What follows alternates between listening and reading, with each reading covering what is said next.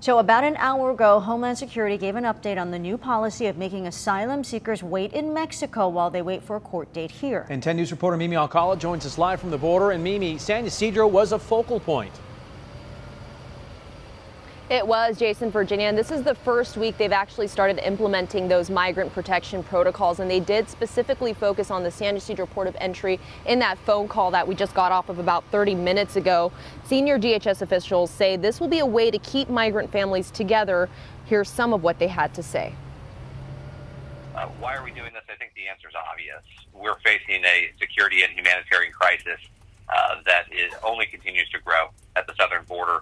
And we believe that the MPP will help address that crisis, both from a security standpoint and, again, from a humanitarian standpoint. And that was DHS Deputy Chief of Staff Miles Taylor. He says the reason for the crisis is historically we've seen single adult males arrive at the border, but we're now seeing families and unaccompanied children. He says some are being exploited, sexually assaulted, and facing violence on their journeys here. What the new policy does is returns asylum seekers entering illegally back into Mexico for the duration of their immigration proceedings.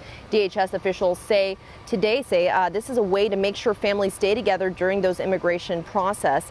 But the Mexican government has been working closely with the DHS and set up a shelter in Tijuana for those migrants that are sent back across the border. DHS officials say so far only a little over a dozen individuals have been processed under that migrant protection protocols, or MPP, for this first week. They say right now the focus is making sure the process works effectively. And according to DHS, Mexico has agreed to provide the migrants with all the appropriate humanitarian protections. They're given a notice, a court date, and information on when they can return back. The decision to implement MPP came from the Department of Homeland Security in late December, but again, this is the first week they are actually executing the plans. We're live in San Ysidro. Mimi Alcala, 10 News. Thank you, Mimi.